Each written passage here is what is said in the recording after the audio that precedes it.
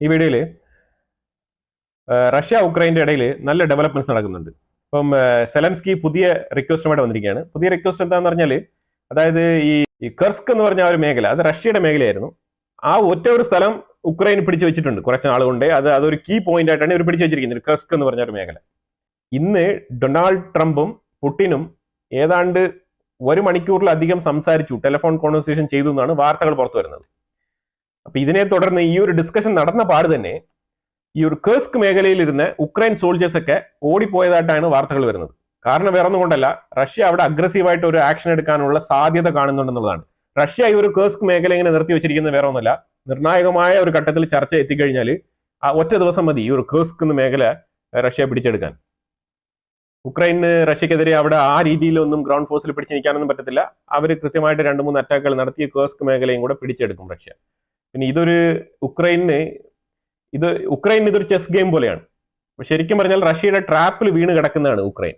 അപ്പൊ ഈ കർസ്ക് മേഖല ഞാൻ പിടിച്ചു വെച്ചിരിക്കുന്നുള്ള ഒരു വീരവാദം മുഴക്കിക്കൊണ്ടാണ് ഈ നമ്മുടെ സെലൻസ്കി കുറച്ച് ആൾക്കാരെയൊക്കെ കൺവിൻസ് ചെയ്ത് വെച്ചിരിക്കുന്നത്.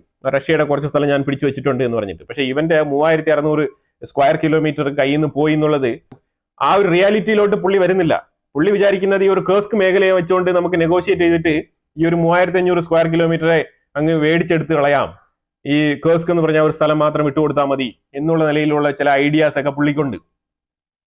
അപ്പൊ ആ ഒരു ഐഡിയ ഇന്ന് പുള്ളി തുറന്നു പറഞ്ഞപ്പോൾ തന്നെ അപ്പം തന്നെ മറുപടി കിട്ടി. റഷ്യയുടെ ഫോറിൻ മിനിസ്റ്റർ അപ്പം തന്നെ പറഞ്ഞു കഴിഞ്ഞു, അങ്ങനത്തെ ഒരു പരിപാടിയില്ല, റഷ്യ പിടിച്ചെടുത്ത സ്ഥലങ്ങളൊക്കെ റഷ്യക്ക് തന്നെ, വേണ്ടി വന്ന കർസ്കും കൂടെ ഞങ്ങൾ പിടിച്ചെടുക്കും. ആ രീതിയിലാണ് പറഞ്ഞിരിക്കുന്നത്. ഇത് ഉക്രൈന് നല്ല തിരിച്ചടിയാണ്. ഇനി ഡൊണാൾഡ് ട്രംപിന്റെ ഭാഗത്ത് നിന്ന് വന്നിരിക്കുന്ന കാര്യം വെച്ചാൽ, ഡൊണാൾഡ് ട്രംപ് നാറ്റോയുടെ തലവനെ വിളിച്ച് സംസാരിച്ചിട്ടുണ്ട്. എന്താണ് പറഞ്ഞിരിക്കുന്നത്? യൂറോപ്യൻ യൂണിയനെ സംരക്ഷിക്കുക എന്നുള്ളത്, യൂറോപ്പിൽ കിടക്കുന്ന രാജ്യങ്ങളുടെ സുരക്ഷ എന്നുള്ളത് അമേരിക്കയുടെ ചുമതലയല്ല. ഞങ്ങൾക്ക് വേറെ ഒരുപാട് പരിപാടികളുണ്ട്. ഞങ്ങൾക്ക് മേക്ക് അമേരിക്ക ഗ്രേറ്റ് അഗൈൻ എന്ന് പറഞ്ഞ് ഞങ്ങൾ പുതിയ ക്യാമ്പയിനുമായിട്ട് മുന്നോട്ട് പൊയ്ക്കൊണ്ടിരിക്കുകയാണ്. ഇതിന്റെ ഇടയ്ക്ക് യൂറോപ്യൻ യൂണിയനെ സംരക്ഷിക്കാനൊന്നും ഞങ്ങൾക്ക് പറ്റത്തില്ല. അതുപോലെ നാറ്റോയ്ക്കുള്ള കോൺട്രിബ്യൂഷൻ ഒക്കെ യൂറോപ്യൻ യൂണിയൻ നിങ്ങൾ നോക്കിക്കോണം. ശരിക്കും പറഞ്ഞാൽ ഈ ഒരു നാറ്റോ എന്തിനാണ് ഉണ്ടായത്? ഈ നാറ്റോ ഉണ്ടായത് ശരിക്കും 2-3 താല്പര്യങ്ങളാണ്. 2-3 താല്പര്യങ്ങളിൽ മേജർ താല്പര്യം ആന്റി കമ്മ്യൂണിസത്തിനെതിരെയാണ് നാറ്റോ രൂപപ്പെട്ടു വന്നത്. പിന്നെ അതിലുപരിയായിട്ട് ഈ ഒരു യൂറോപ്പ് മേഖലയിൽ കമ്മ്യൂണിസം പടർന്ന് പന്തലിക്കാൻ പാടില്ല. മൂന്നാമത് പറഞ്ഞു കഴിഞ്ഞാൽ ജർമ്മനിയുടെ ഡോമിനേഷൻ. അന്നത്തെ സമയത്ത് എന്ന് പറഞ്ഞു കഴിഞ്ഞാൽ ഈ ഒരു വേൾഡ് വാർ ഒക്കെ ജർമ്മനി എത്രമാത്രം ആക്രോശപരമായിരുന്നുള്ളത് എല്ലാവർക്കും അറിയാവുന്ന കാര്യമാണ്. അപ്പൊ ജർമ്മനി കൂടുതൽ ഡോമിനേറ്റ് ആയി കഴിഞ്ഞാൽ അത് ആ ഒരു ഏരിയക്ക് ഒരു മൊത്തത്തിലൊരു ത്രെട്ടാണ്. അപ്പൊ അതുകൊണ്ട് ജർമ്മനിയുടെ ഡോമിനേഷനെ കൺട്രോൾ ചെയ്യാനും എപ്പോഴും അമേരിക്കയുടെ ഒരു കൺട്രോൾ ഈ ഒരു യൂറോപ്പ് ഭാഗത്ത് ഉണ്ടാകാനും വേണ്ടിയിട്ടാണ് ഈ ഒരു നാറ്റോ രൂപപ്പെടുത്തി കൊണ്ടുവന്നത്. പക്ഷെ അന്നത്തെ സാഹചര്യമല്ല ഇന്നത്തെ സാഹചര്യം.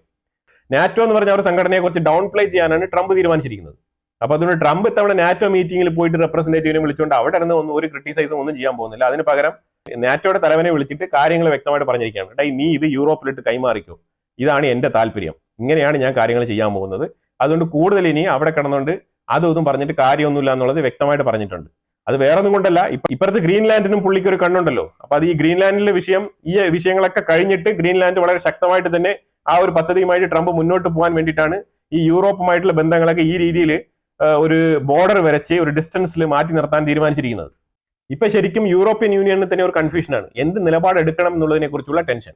ഉക്രൈനെ യൂറോപ്യൻ യൂണിയനിൽ എടുക്കും എന്ന് പറഞ്ഞു കഴിഞ്ഞാൽ അതും ഇപ്പൊ നടക്കത്തില്ല. കാരണം ഇപ്പോൾ ഒരു വാർ സിറ്റുവേഷനിൽ നിൽക്കുന്ന ഒരു രാജ്യമാണ് ഉക്രൈൻ. അപ്പോൾ അങ്ങനെ പെട്ടെന്ന് യൂറോപ്യൻ യൂണിയനിൽ എടുക്കാൻ പറ്റത്തില്ല. നാറ്റോയിലാണെങ്കിൽ അമേരിക്കയുടെ ഡിഫൻസ് സെക്രട്ടറി പറഞ്ഞിരിക്കുകയാണ്. എന്താണ് പറഞ്ഞിരിക്കുന്നത്? ഉക്രൈൻ ഈ ജന്മത്തിൽ വിചാരിക്കേണ്ട അവർക്ക് നാറ്റോയിൽ ചേരാമെന്ന് പറഞ്ഞിട്ട്. അതൊരു സക്സസ്ഫുൾ പ്ലാനേ അല്ല, അതൊരു ഫെയിലിയർ മോഡലായിട്ട് മാറാനാണ് സാധ്യത. അതുകൊണ്ട് ഉക്രൈൻ ഈ ഒരു നാറ്റോ എന്ന് പറഞ്ഞ ആ ഒരു സ്വപ്നം വിട്ടുകളയുന്നതാണ് നല്ലത് എന്നാണ് പുള്ളി പറഞ്ഞിരിക്കുന്നത്. ഈ ഒരു കൺഫ്യൂഷനൊക്കെ കൊണ്ട് ഫിൻലാൻഡ് ഏതാണ്ട് 2.5 ലക്ഷം സോൾജേഴ്സിനെ റെഡിയാക്കി ഫിൻലാൻഡിനെ പ്രൊട്ടക്ട് ചെയ്യാനുള്ള സ്വയമേ തന്നെ ഞങ്ങൾ തന്നെയാണ് രക്ഷയ്ക്കുള്ളത് എന്നുള്ള നിലയിൽ അവർ ഫിൻലാൻഡ് ആർമിയൊക്കെ റെഡിയാക്കി നിർത്തിയിരിക്കുകയാണ്. കാരണം എന്ത് സംഭവിക്കും നമുക്കറിയത്തില്ല. യൂറോപ്പ് ഏത് രീതിയിൽ മാറുമെന്ന് അറിയത്തില്ല, ജർമ്മനി ഏത് കമന്റ് കൊടുക്കുമെന്ന് അറിയത്തില്ല. ആ രീതിയിലാണ് കാര്യങ്ങളൊക്കെ മുന്നോട്ട് നീങ്ങുന്നത്. യൂറോപ്പ് മേഖലയിൽ അൺസർട്ടനിറ്റി തന്നെയാണ്. എല്ലാവരും വിചാരിക്കുന്നത് ട്രംപ് വന്നു കഴിഞ്ഞാൽ പല കാര്യങ്ങൾക്കും പല തീരുമാനം ഉണ്ടാവുന്നൊക്കെ വിചാരിക്കുന്നത്. ഇപ്പോൾ കൂടുതൽ ദിവസേന ടെൻഷൻ വർദ്ധിച്ചുകൊണ്ടിരിക്കുകയാണല്ലോ എന്നുള്ള നിലയിലുള്ള ചില സ്റ്റേറ്റ്മെന്റുകളൊക്കെ വരുന്നുണ്ട്. പക്ഷേ ട്രംപിന്റെ ഒരു പോളിസി എന്ന് പറഞ്ഞാൽ ഹൈ പ്രഷർ ഇടുക എന്നുള്ളതാണ്. അപ്പൊ പ്രഷർ ഇടുമ്പോഴത്തേക്കും കാര്യങ്ങൾ അറിയാലോ, ആ രീതിയിൽ ടെൻഷനും കൂടെ കൂടുതൽ ഉയർന്നു പോകും. അപ്പൊ അങ്ങനെ നല്ല ഹൈ ടെൻഷനാണ് യൂറോപ്പ് മേഖല ആയിക്കോട്ടെ, നാറ്റോയിൽപ്പെട്ട രാജ്യങ്ങളായിക്കോട്ടെ, ഉക്രൈൻ ആയിക്കോട്ടെ. ഉക്രൈൻ ഏറ്റവും കൂടുതൽ ടെൻഷനിലാണ്. കാരണം ഉക്രൈനിൽ ഇപ്പൊ ഇത്രയും സ്ഥലങ്ങൾ നഷ്ടപ്പെടാൻ പോവാണ്. അത് സെലൻസ്കിക്ക് തന്നെ വളരെ വ്യക്തമായിട്ട് മനസ്സിലായി കഴിഞ്ഞു എന്നാണ് ഇതിൽ ഏറ്റവും വലിയ കാര്യമായിട്ട് നമ്മൾ കരുതേണ്ടത്. ഇതിനിടയ്ക്ക് ഒരു കാര്യം കൂടെ പറയാനുണ്ട്. ഈജിപ്ത് സൈനായ് ബോർഡറിൽ കുറെ സോൾജേഴ്സിനെ കൊണ്ട് നിർത്തിയിട്ടുണ്ട് കേട്ടോ. അത് വേറൊന്നും കൊണ്ടല്ല, അഥവാ ഇനി ഈ ഒരു റഫായിൽ ഗേറ്റ് വല്ലതും തുറന്നിട്ട് ആൾക്കാർ അവിടെ നിന്ന് മൊത്തത്തിൽ ഗസയിലെ ആൾക്കാർ ഈജിപ്തിലോട്ട് പാഞ്ഞു വരുന്നെങ്കിൽ അവരെ തടയാൻ വേണ്ടിയിട്ടും, അതുപോലെ തന്നെ ഇസ്രായേൽ ഗാസയ്ക്കുള്ളിൽ അതിഭീകരമായ രീതിയിൽ ഒരു ആക്രമണം അഴിച്ചു വിട്ടു കഴിഞ്ഞാൽ ഇവിടെ നിന്ന് പാലസ്തീനിൽ, അതായത് ഈ ഒരു ഗാസയ്ക്കുള്ളിൽ നിന്നും ആൾക്കാർ ഇരച്ചു കയറി ഈജിപ്തിലോട്ട് പോകാനുള്ള സാധ്യത വളരെ കൂടുതലാണ്. അതുകൊണ്ട് തന്നെയാണ് ഒരു കരുതൽ എന്നുള്ള നിലയിലാണ് ഈജിപ്റ്റ് ഇത്രയും സോൾജേഴ്സിനെ അവിടെ ഡിപ്ലോയ് ചെയ്ത് വെച്ചിരിക്കുന്നത് ഇവിടെ സൈനായ് ഭാഗത്ത്, സൈനായ് ഡെസേർട്ട് ഭാഗത്ത്. കാരണം ആ ഭാഗത്താണല്ലോ ട്രംപ് ആവശ്യപ്പെട്ടത് അവിടെ ഒരു ഗാസ സ്ട്രിപ്പ് ആവാമെന്നുള്ള രീതിയിൽ. പക്ഷെ അതിന് ഈജിപ്തിന് സമ്മതമല്ല.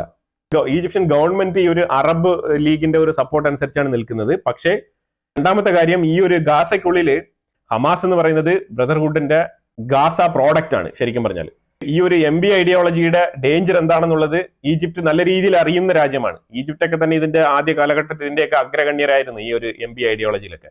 അവരിതിന്റെ ഡേഞ്ചർ മനസ്സിലാക്കിക്കൊണ്ടാണ് അവരിപ്പോ ഈ ഒരു ഇത്രയും ഐഡിയോളജി പഠിച്ച ആൾക്കാർ, ഇത്രയും ഐഡിയോളജിയിൽ കിടന്ന് ഊറിയ ആൾക്കാർ ഇനി ഈജിപ്തിലോട്ട് വേണ്ടാൻ തീരുമാനിക്കുന്നത്. ഇവരെ ഈ ഒരു പാലസ്തീനികളെ മറ്റുള്ള അറബ് രാഷ്ട്രങ്ങൾ ഒരു വിധത്തിൽ ഒരു 50% പേടിച്ചിട്ടാണ് ഇവരെ എടുക്കാത്തത്. കാരണം വേറെ ഒന്നുമല്ല, ഇവർക്ക് തീവ്ര നിലപാടാണ്, തീവ്ര ഐഡിയോളജിയാണ്. കാരണം ഇവരുടെ പഠിപ്പിൽ തന്നെ ഐഡിയോളജി പഠിപ്പിക്കലാണല്ലോ. ഈ ഇത്രയും രാജ്യങ്ങളൊക്കെ ചേർന്ന് തന്നെ ഈ ഒരു ഐഡിയോളജി ഇവരുടെ തലയിലിട്ട് കൊടുത്തത്. അപ്പൊ അതുകൊണ്ട് ഈ ഒരു ജനറേഷനെ ഉൾക്കൊള്ളാനുള്ള ഒരു മടി ജനങ്ങൾക്ക്, പൊതുജനങ്ങൾക്ക് താല്പര്യമില്ലാത്തത് ഇതുകൊണ്ടാണ്. കാരണം ഇവരുടെ ഐഡിയോളജി. അപ്പൊ അതുകൊണ്ട് ഈ പൊതുജനങ്ങൾ ഇപ്പൊ ജോർദാനിയൻസ് ആയിക്കോട്ടെ, ജോർദാനിയൻസ് എന്ന് പറഞ്ഞാൽ ഒറിജിനൽ ആയിട്ട് ജോർദാനിയൻ ആയിട്ടുള്ള ആൾക്കാർ കുറച്ചുകൂടെ ഡീസന്റ് ആണ്, കുറച്ച് എഡ്യൂക്കേറ്റഡ് ആണ്, അവർ കുറച്ച് തിരിച്ചറിവുള്ള ആൾക്കാരാണ്. അപ്പൊ അതുകൊണ്ട് ഈ പാലസ്തീനിയൻ എങ്ങനെ പെരുമാറും എന്നുള്ളത്, ഓൾറെഡി തന്നെ അവിടെ 3 മില്യണോളം പാലസ്തീനികൾ ജോർദാനിലുണ്ട്. അപ്പൊ അവരെ കൊണ്ടുള്ള ബുദ്ധിമുട്ട് തന്നെ അവിടെ ആക്ച്വലി ഉള്ള ജോർദാനിയൻസ് ഒക്കെ നേരിടുന്നുണ്ട് എന്നുള്ളതാണ് മനസ്സിലാക്കേണ്ടത്. അവിടെ ശരിക്കും പറഞ്ഞാൽ കറാക്കി അങ്ങനെയൊക്കെയുള്ള ചില ഫാമിലികളുണ്ട്, അവരൊക്കെ ഒറിജിനൽ ജോർദാനിയൻസ് ആണ്. ഈ ഹമാസിന്റെ ബന്ദികളുടെ സ്വൈപ്പിംഗ് അത് വേറെ കാര്യം. അപ്പൊ അതുപോലെ തന്നെ വേറൊരു ബന്ദി സ്വൈപ്പിംഗ് നടക്കുന്നുണ്ട്. അത് റഷ്യയും അമേരിക്കയും തമ്മിലാണ്. റഷ്യയിൽ നിന്നുള്ള ഒരു വ്യക്തിയെ ബിറ്റ്കോയിൻ ഫ്രോഡിന്റെ പേരിൽ US തടവിലാക്കിയിട്ടുണ്ട്. അപ്പൊ ആ ഒരു തടവ് പുള്ളിയെ ഒന്ന് വിട്ടയക്കണം. അത് റഷ്യയിലെ ഒരു വലിയ ബിസിനസ്മാൻ ആണ് ശരിക്കും പറഞ്ഞാൽ. അപ്പൊ വിട്ടയക്കണം എന്ന് പുടിൻ റിക്വസ്റ്റ് ചെയ്തിട്ടുണ്ട്. ട്രംപ് ഉടനെ പറഞ്ഞാൽ വിട്ടയക്കാനുള്ള കുഴപ്പമൊന്നുമില്ല. അപ്പൊ അതുപോലെ തന്നെ നമുക്ക് അമേരിക്കയുടെ കുറച്ച് ആൾക്കാരെ നിങ്ങൾ പിടിച്ചു വെച്ചിട്ടുണ്ടല്ലോ, അവരെയും കൂടെ ഒന്ന് വിട്ടേക്കെന്ന് പറയുമ്പോഴത്തേക്കും അത് ഓക്കെ, രണ്ടുപേരും കൂടെ അങ്ങോട്ടും കൊണ്ട് സ്വൈപ്പ് ചെയ്യാൻ തീരുമാനിച്ചിട്ടുണ്ട്. അപ്പൊ അങ്ങനെ ഒരു ബന്ദിമോചനം അവിടെ നടക്കുന്നുണ്ടെന്നുള്ളത്, സ്വൈപ്പിംഗ്, ബന്ദികൾ സ്വൈപ്പിംഗ് അവിടെ നടക്കുന്നുണ്ട്. അതിന്റെ ഒരുക്കങ്ങളാണ് അണിയറയിൽ ഒരുങ്ങുന്നത്. അതിന് 1 അവർ സംസാരിച്ചെന്ന് പറയുമ്പോൾ നിങ്ങൾ ആലോചിച്ചു, ഒരുപാട് കാര്യങ്ങൾ സംസാരിച്ചിട്ടുണ്ട്. ഏകദേശം റഷ്യ ഈ ഒരു വാർ അവസാനിപ്പിക്കാനുള്ള ഒരു പോക്കാണെന്നാണ് മനസ്സിലാക്കാൻ പറ്റുന്നത്. ഞാൻ ഇന്നലെ ഒരു വീഡിയോ ഇട്ടിട്ടുണ്ടായിരുന്നല്ലോ, ഇന്നലെ രാവിലെ. റഷ്യ അടുത്ത ഘട്ടത്തിലേക്ക്, യുദ്ധം അവസാനിക്കുന്ന ഘട്ടത്തിലാണ് മുന്നോട്ട് പോകുന്നത് കാര്യങ്ങൾ. പിന്നെ ട്രംപിന് വേറൊരു വിജയമുണ്ട്. അത് വേറൊന്നുമല്ല, കാനഡയുടെ ഭാഗത്ത് കാനഡ എഫക്റ്റീവ് ആയിട്ട് നടപടിക്രമങ്ങൾ എടുത്ത് ആ ബോർഡറൊക്കെ വളരെ സെക്യൂർ ആക്കിയിട്ടുണ്ട്, ഒരുപാട് കൺട്രോൾ ചെയ്തിട്ടുണ്ടെന്നാണ് പറയുന്നത്. അതേ മരുന്ന് കച്ചവടമില്ലേ, ആ മരുന്ന് കച്ചവടം, ഈ കാനഡയിൽ നിന്നുള്ള ആ ഒരു മരുന്നുകളൊക്കെ അമേരിക്കയിലോട്ട് വരുന്ന പരിപാടി ഉണ്ടല്ലോ, മറ്റേ മരുന്ന്, അതൊക്കെ നല്ല രീതിയിൽ നിയന്ത്രണ വിധേയമായിട്ടുണ്ടെന്നുള്ളതാണ് അമേരിക്കയുടെ അഭിപ്രായം. അവിടെ നല്ല രീതിയിലുള്ള, അപ്പൊ ഈ ഒരു അമേരിക്കൻ സൈഡിലുള്ള ബോർഡർ ഫോഴ്സ് ഉണ്ടല്ലോ, അവർ ഇതിനെക്കുറിച്ചുള്ള റിപ്പോർട്ടൊക്കെ ട്രംപിന് സബ്മിറ്റ് ചെയ്തിട്ടുണ്ട്. അത് ട്രംപിന്റെ ഒരു സക്സസ് ആയിട്ട് തന്നെയാണ് ട്രംപ് വിലയിരുത്തുന്നത്. ട്രംപ് മാത്രമല്ല, അമേരിക്കയിലെ ജനങ്ങളും അത് തന്നെയാണ് വിലയിരുത്തുന്നത്. അതുപോലെ തുൾസി ഗബ്ബാർഡ് CIA, അമേരിക്കയുടെ ഇന്റലിജൻസിന്റെ ഡയറക്ടർ പൊസിഷനിലോട്ട് വന്നിരിക്കുകയാണ്. അതായത് ഓക്കെ ആയിട്ടുണ്ട്. ആ ഒരു സെനറ്റ് വോട്ടിംഗ് ഒക്കെ നേടി അവർ മുന്നോട്ട് വന്നിട്ടുണ്ട്. പക്ഷെ അതിനെ ചൊല്ലി ചില അലിഗേഷൻസ്, ചില വിഷയങ്ങളൊക്കെ അവിടെ ഉള്ളിൽ കോൺഗ്രസിന്റെ ഉള്ളിൽ നടക്കുന്നുണ്ട്. ഈ US കോൺഗ്രസിന്റെ ഉള്ളില് ചില വിഷയങ്ങളൊക്കെ ഇതിനെ ചൊല്ലി ചില ആൾക്കാരൊക്കെ എതിർപ്പുമായിട്ടൊക്കെ വരുന്നുണ്ട് എന്നുള്ളത് വാസ്തവമായിട്ട് കാര്യമാണ്. പക്ഷെ അവരിപ്പോ ആ പൊസിഷൻ നേടിക്കഴിഞ്ഞു. ഇനിയിപ്പോ അതിനകത്തൊന്നും ചെയ്യാനില്ല. ഇനിയിപ്പോ തുൾസി ഗബ്ബാർഡാണ് ഇന്റലിജൻസിന്റെ ചീഫ് പൊസിഷനിൽ ഇരിക്കാൻ പോകുന്ന വ്യക്തി. പിന്നെ ഇത് കൂടാതെ ഇന്നലെ ഫ്രാൻസിൽ മോദിയുടെ ഒരു സ്പീച്ച് ഉണ്ടായിരുന്നു. അപ്പൊ അത് AI, ആർട്ടിഫിഷ്യൽ ഇന്റലിജൻസുമായിട്ട് ബന്ധപ്പെട്ടാണ് ഈ ഒരു സ്പീച്ച് ഉണ്ടായത്. അതിൽ പുള്ളി ഒരു നിർണായകമായിട്ടുള്ള ഒരു വിവരം, അത് ശരിക്കും പറഞ്ഞാൽ നമ്മളിപ്പം മോദി ആർട്ടിഫിഷ്യൽ ഇന്റലിജൻസിൽ ഭയങ്കര അഗ്രഗണ്യനാണെന്നല്ല പറയുന്നത്. ചില ഡിഫക്റ്റുകൾ, അതിലൊരു ഡിഫക്റ്റ് മോദി പഠിച്ചുകൊണ്ട് പോയിട്ട് അവിടെ പോയി പറഞ്ഞിട്ടുണ്ട്. അതെന്താണെന്ന് പറഞ്ഞാൽ, AI നമ്മൾ ചാറ്റ് ബോട്ടിൽ നമ്മൾ ചാറ്റ് ചെയ്യുമ്പോഴത്തേക്കും നമ്മൾ ലെഫ്റ്റ് ഹാൻഡ് റൈറ്റിങ്ങിനെ കുറിച്ച് ചോദിക്കുമ്പോഴത്തേക്കും അത് ലെഫ്റ്റ് ഹാൻഡ് റൈറ്റിംഗ് അല്ല നമുക്ക് കാണിച്ചു തരുന്നത്. നമ്മൾ റൈറ്റ് ഹാൻഡ് ഇമേജുകളും റൈറ്റ് ഹാൻഡ് സ്ക്രിപ്റ്റേഴ്സ് എല്ലാം തന്നെയാണ് നമുക്ക് കാണിക്കുന്നത്. ഒരിക്കലും ലെഫ്റ്റ് ഹാൻഡുമായിട്ട് ബന്ധപ്പെട്ട കാര്യങ്ങൾ കാണിക്കുന്നില്ല എന്നുള്ള രീതിയിലുണ്ട്. അപ്പൊ ലെഫ്റ്റ് ഹാൻഡേഴ്സിന്റെ ഒരു മൊഡ്യൂൾ അതിനകത്ത് വരുന്നില്ല എന്നുള്ള നിലയിലുള്ള ഒരു ആർഗ്യുമെന്റ് ആണ് പുള്ളിയുടെ വെച്ചത്. അപ്പൊ AI കുറച്ച് ഡിഫക്ട്സ് ഉണ്ട്. ആ ഡിഫക്ട്സുകൾ കുറെ ഉണ്ട്, അതൊക്കെ റെക്ടിഫൈ ചെയ്യപ്പെടേണ്ടതാണ്. അതുപോലെ തന്നെ AI കുറച്ച് സെക്യൂരിറ്റി മെഷേഴ്സ് കൂടുതൽ ശക്തിപ്പെടുത്തണം എന്നുള്ള നിലയിലാണ് മോദി അവിടെ ഒരു സ്പീച്ച് നടത്തിയത്. അപ്പൊ തന്നെ കുറെ ആൾക്കാർ ഗ്ലോബലി തന്നെ ഈ ഒരു ലെഫ്റ്റ് ഹാൻഡ് മെത്തേഡ് ഇട്ട് സെർച്ച് ചെയ്ത് നോക്കി. അപ്പൊ 80% റിസൾട്ടും മോദി പറഞ്ഞതിനോട് സാമ്യമുള്ള റിസൾട്ടുകളാണ് വന്നതായിട്ട് കരുതപ്പെടുന്നത്. അപ്പൊ അതുകൊണ്ട് തന്നെ ഗ്ലോബലി തന്നെ ഈ ഒരു മോദിയുടെ ഒരു സ്പീച്ചിന് ഒരു റെക്കഗ്നേഷൻ കിട്ടിയിട്ടുണ്ടെന്നുള്ളതാണ് മനസ്സിലാക്കേണ്ടത്. ഹമാസ് വീണ്ടും ഉൾട്ട അഴിച്ചുകൊണ്ട് തിരികെ വന്നിരിക്കുകയാണ്. ഞങ്ങൾ പഴയതുപോലെ തന്നെ സീസ് ഫയർ ഒബേ ചെയ്തോളാം, അപ്പം ശനിയാഴ്ച 3 പേരെ വിട്ടുതരുന്ന ആ ഒരു കണ്ടീഷനിലോട്ട് പോകാമെന്നാണ് പറഞ്ഞിരിക്കുന്നത്. ഇനിയിപ്പോൾ ഇതുവരെ മര്യാദയ്ക്ക് കൊണ്ടുപോകുമോ, ഇനിയിപ്പോൾ ട്രംപ് എന്താണ് പറയാൻ പോകുന്നതും കൂടെ മനസ്സിലാക്കേണ്ടതുണ്ട്. കാര്യം ശനിയാഴ്ച ഒറ്റ ട്രിപ്പിൽ എല്ലാവരെയും വിടാനാണ് പറഞ്ഞിരിക്കുന്നത്. ഇനിയിപ്പോൾ അതിലോട്ട് ഒരു പ്രഷർ പോകാനുള്ള സാധ്യത ഉണ്ടെന്നാണ് മനസ്സിലാക്കാൻ പറ്റുന്നത്.